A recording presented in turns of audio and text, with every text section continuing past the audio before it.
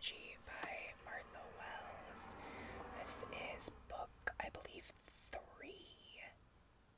but it might be 4. I kind of lost count. In the Murderbot Diary series, I think that the first either 3 or 4 books of this series should have been one book. They are instead separate novellas, but the action for each picks up immediately at the end of the previous book, which is making it hard actually for me to remember what happened in each book. But my overall impression of the series is that it is entertaining, kind of a darkly humorous look at AI and robotics. And when I say AI, I mean like real artificial intelligence of the self-aware variety, not the like AI that we have right now, which is not real AI at all. So I enjoy the books for that, even though I just, they're indistinguishable one from the other plot-wise for me. The characters are much better than the plot. The next book that I finished was The Best Strangers in the World. So that was by Ari Shapiro, who is, one of NPR's better-known voices. His show is on in the evening, so I actually never listened to it. I basically only listen to NPR, like, their early morning programming. But the book was really interesting. It's his memoir. So he is gay and Jewish, and the book looks at how those like intersecting identities play a role in his journalism, which is, supposed to be detached from, so for that, it was a really interesting memoir. Highly enjoyable. I did the audiobook, which he reads himself. Obviously, as a person who talks professionally, he does a very good job of reading the audiobook. The next one that I finished was, oh yes, okay, The Black Hole Survival Guide.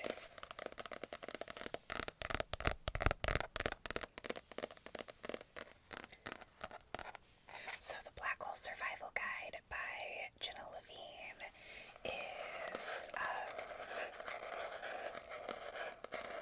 it's about black holes. I love that it is pocket size. I did at one point literally shove it in the pocket of my overcoat. It's got cute little like illustrations in it to help illustrate points. As a book of information about black holes, it does its job. I know more about black holes now than I did before I read it. It couldn't quite decide what it wanted its tone to be.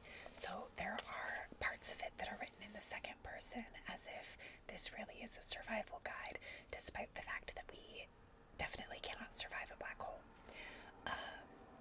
And those moments were like kind of humorous, but the tone wasn't sustained through the entire book, and I do think that that made the writing weaker than it should have been. She needed to either just be writing an academic book about black holes or writing a black hole survival guide, and instead it seemed like she was trying to write a black hole survival guide but kept falling back into more traditional academic language, like she wasn't really quite sure what she wanted to actually do with it. So it's weak on the writing, but the information was good, and mostly I was entertained by the book. Although the illustrations really were my favorite part. Okay, so the next book that I read was Unprotected by Billy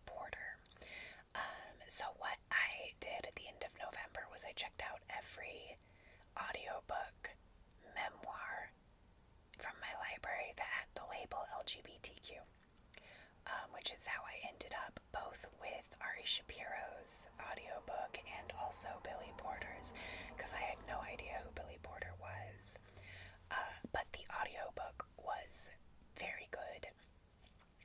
If you're a fan of Finding Me by Viola Davis, you'll probably also enjoy Unprotected. It's got similar themes of growing up very poor and finding passion in the theater. Billy Porter is a musical performer, like mostly Broadway kind of stuff. I will say that there are a couple of fatphobic comments in it that really don't feel like they should have been there, considering how careful he is with his language everywhere else in the book. And there are definitely pieces of story that I wanted more of that he just like throws out there and then walks away from. So that was a little bit of a disappointment in terms of writing style, but the story that he had to tell was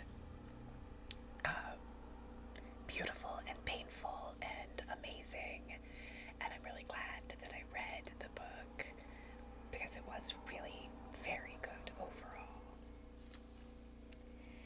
After that, I finally forced myself to finish Silver Nitrate. Yeah, so I did not like that book. It starts off very slow paced, and you're just kind of relying on interest in the characters to sort of like pull you through. And for me, unfortunately, the characters were not that interesting, and the story was not as scary as I wanted it to be, and it was all just very like humdrum. Honestly, I was really disappointed with that one. It was, yeah, meh, totally meh. I followed it up with Little Eyes, which is a horror speculative sci-fi novel by an Argentinian woman who lives in the UK now and whose name is completely escaping me. But Little Eyes was one that I picked up because Purple told me to, and I like doing what Purple tells me to. And it was very good. Really solid storytelling style. It jumps to all kinds of different places in the world. The idea is that there are these little robots. They're called like Kintsugi, something like that. I don't have the book anymore to look it back up, because this was another one that I got from the library.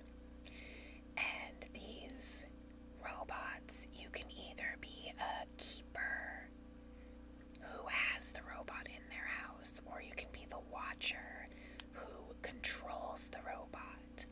And there's no way of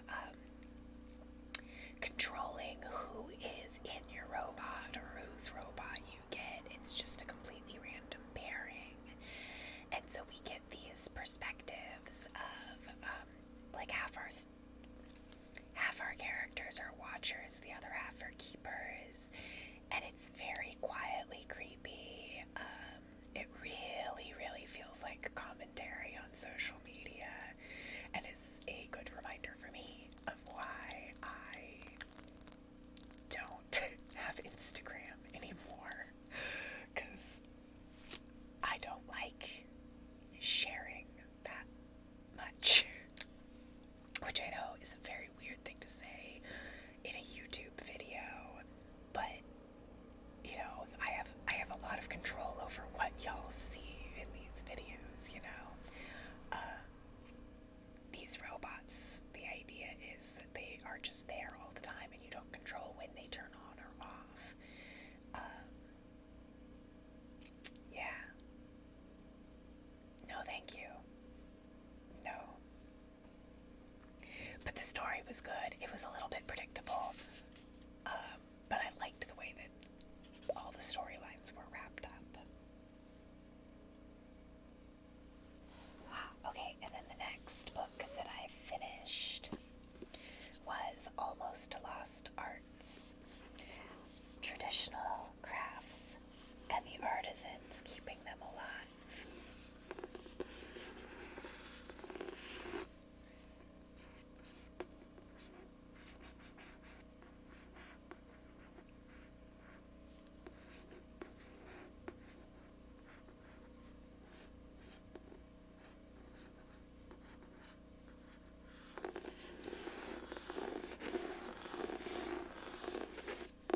So this was a book that I got for,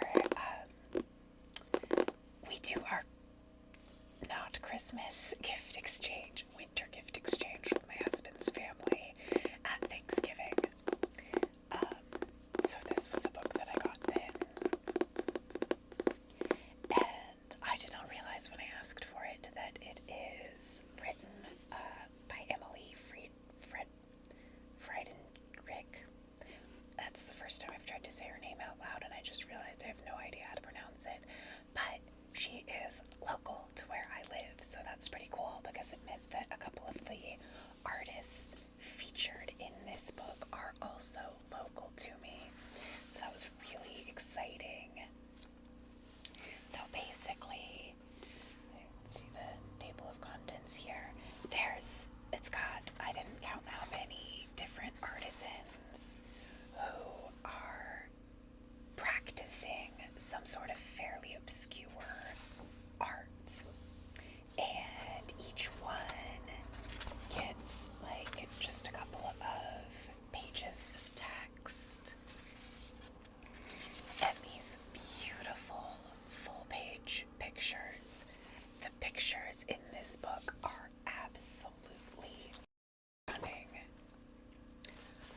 And I tried.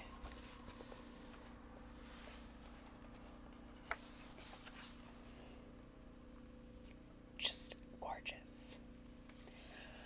I tried to read it slowly.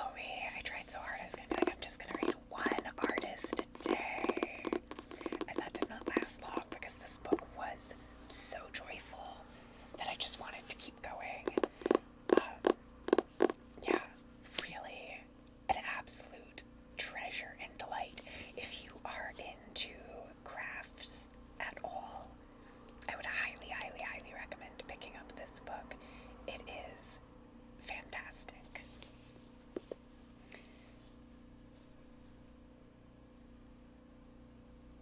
Okay, the next book that I read was Network Effect. That's another one in the Murderbot Diaries. Kind of feel like I've said everything I need to say about the Murderbot Diaries. So, moving on. Galaxies and Oceans. This was a male-male romance that takes place in Australia. And I picked it up because it takes place in Australia. I was looking at my map of where each book that I'd read. I kind of try and keep track of where books are coming from so that I can make sure that I'm getting not just like white American male perspectives, you know what I mean? So Australia was the only continent other than Antarctica that I hadn't read a book from this year. So I asked in a couple of different Discord groups for recommendations for books by Australian authors that take place in Australia. And Galaxies and Oceans was recommended by someone in a sewing group who is Australian. And it was really cute. It does start off with domestic violence and escaping from that situation, and there is like some hardship and struggle. But the characters are just delightful. Our two male leads. Yeah, just it was a nice story. I will say it was like the first 30% was plotline getting them together. The next 50% was just them being physically intimate. And then the last 10%, like, wound up all of the storylines. So it was a little bit heavier on intimacy than I would normally pick up for myself, but it was fairly well written. There were really good conversations about consent and STD testing and things that don't often make it into romance novels, so I did really appreciate that, even if I could have done with a little bit less explicitness there. Okay, the next one I finished was Evergreen Ape, the story of Bigfoot by David Norman Lewis. So, I live in Washington, I've said that before. We love a Bigfoot story here. And I was on vacation in Long Beach and saw this in one of the little tourist shops, and I just thought it was too funny to pass up. So this is not a history of Bigfoot sightings. This is a history of people believing in Bigfoot, because it turns out that Bigfoot is like a relatively recent phenomenon. And this book does a really good job of laying out how the story appeared and evolved, and questioning like who believes in Bigfoot and why are they so into Bigfoot, and what does it have to do with native traditions around here. And yeah, I was entertained. Totally not spectacular, but entertaining, which is good enough for me. So next was another memoir, Fat Off, Fat On. And I keep reversing that when I write it down, so I had to be very particular. So Fat Off, Fat On is a memoir about being a Black, fat, queer, and disabled person, and the ways that those intersections create challenges. I love that we're getting memoirs by millennials now. It just is fun to see the stories of people that are my age that experienced a lot of the same things that I experienced growing up. Because I think that really is what makes each generation distinct. It was like, what was on TV? What were you playing with? Were you inside or outside? Did you have a computer? Things like that really alter a childhood. So, yeah, it was a memoir that was relatable in a lot of very generic ways for me, just because she is the same age as me, so I could be like, oh yes, I remember that. And that made it kind of fun. Next, I listened to the 1619 Project, and this was another one that I did as an audiobook. I do kind of wish that I had been able to read it physically. I think I am going to buy myself a copy. So the 1619 Project is kind of reimagining the history of the United States, and specifically Black history, to situate Black people as having been foundational to the United States. I think it's a very worthwhile project. I think that it was a well-written book. I enjoyed the inclusion of short stories and poetry, and I thought that the individual essays were very good. But because it is a series of essays, each of which has a different author, I did find that it was a little bit repetitive at points. And because I also read Stamped from the Beginning this year, for me, the 1619 Project was a lot of like, okay, I already know all of this, and I liked the way that Stamped from the Beginning was written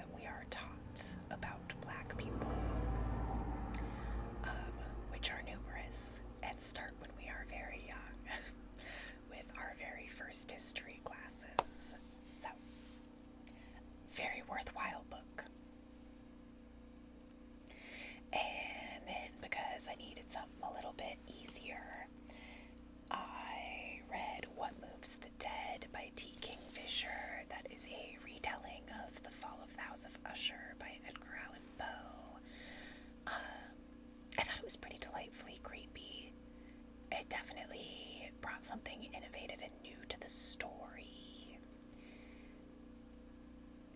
And mushrooms are creepy, so, you know, it worked for all of that. It's definitely not one that I'm going to want to, like, reread, but it was a good story. In Charm's Way is book 4 of the Thistle Grove Witches, and that is by Lana Harper, or Lana Harper, I don't know how she pronounces her name. So, I loved Payback's a Witch. I thought that it was a very cute story. I thoroughly enjoyed it. I've enjoyed each book in this series a little bit less since then. Book 3, I kind of disliked. So I was very glad to see that in book 4, it kind of gets redeemed a little bit. We're back to the things that make the story entertaining. And I did end up really liking In Charm's Way, just as, you know, cute, fluffy. Okay, the next book I read was Before We Say Goodbye by Toshikazu Kawaguchi. I love this series.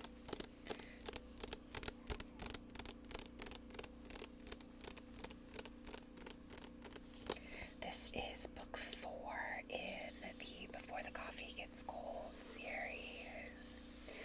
I will say that this one was not, to me, as strong as book 3 was, but still a delightful collection of vignettes. So the idea of these books is that there is a cafe, and if you sit in one particular seat, you can go back in time, but there are rules. You cannot get out of the seat, so you can only see people if they've also been to the cafe. You have to drink all of your coffee before it gets cold, or you will become a ghost who haunts the seat. And you cannot change anything by going back to the past. And that was the theme that they were really hitting hard in this one, was that you cannot change anything by going back. So everyone in this book was going back in time because someone had died. And in every single one of them, that person who died remains dead. And that creates really interesting tension in the book of, like, what would you go back in time if you cannot change the past to make your future better?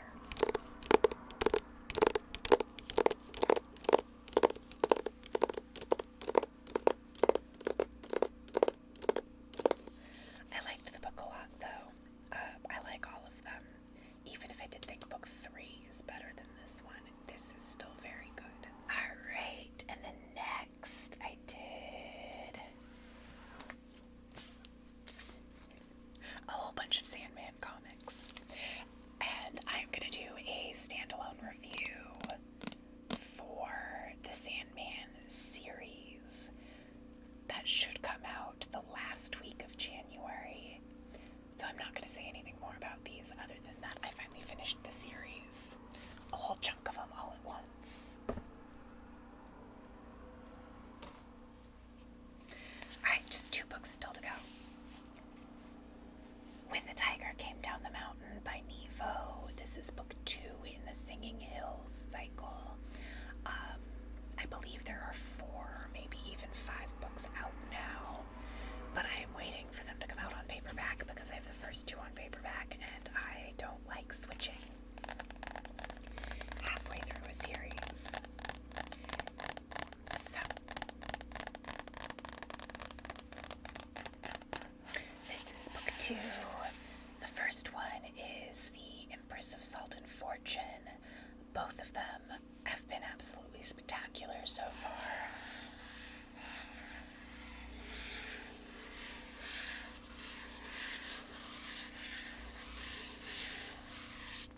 So these stories follow Cleric G, who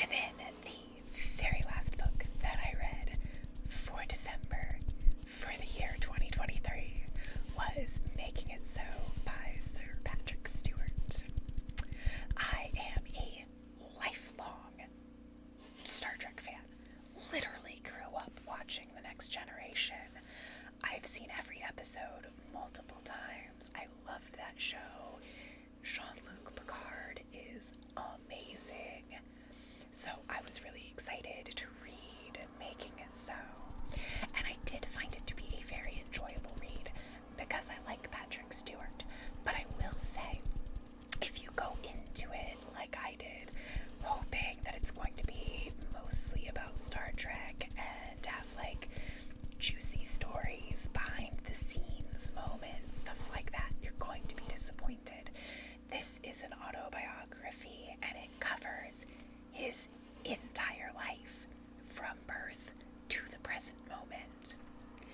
And he spends much more time talking about his work as a stage actor and being part of the Royal Shakespeare Company, and those are clearly the things that he is more proud of.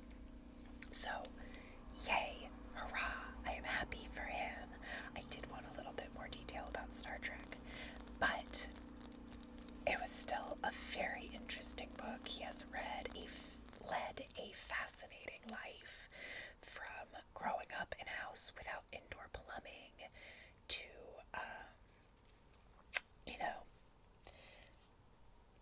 to get from there to being a famous Hollywood actor is a spectacular journey, and he gives us every detail along the way. And the thing that I think was most interesting to me, he doesn't get particularly political, although he does not like Margaret Thatcher or Ronald Reagan, which tells us a little bit about his politics. So, Viola Davis talks about it in her memoir, Billy Porter talked about it in Unprotected, and Patrick Stewart brings it up in Making It So, that part of why they were able to successfully transition from abject poverty to stardom is that there were government-sponsored programs around when they were kids, so they could take free acting lessons and dancing lessons and singing lessons and all of that. And none of those programs exist anymore. So, what great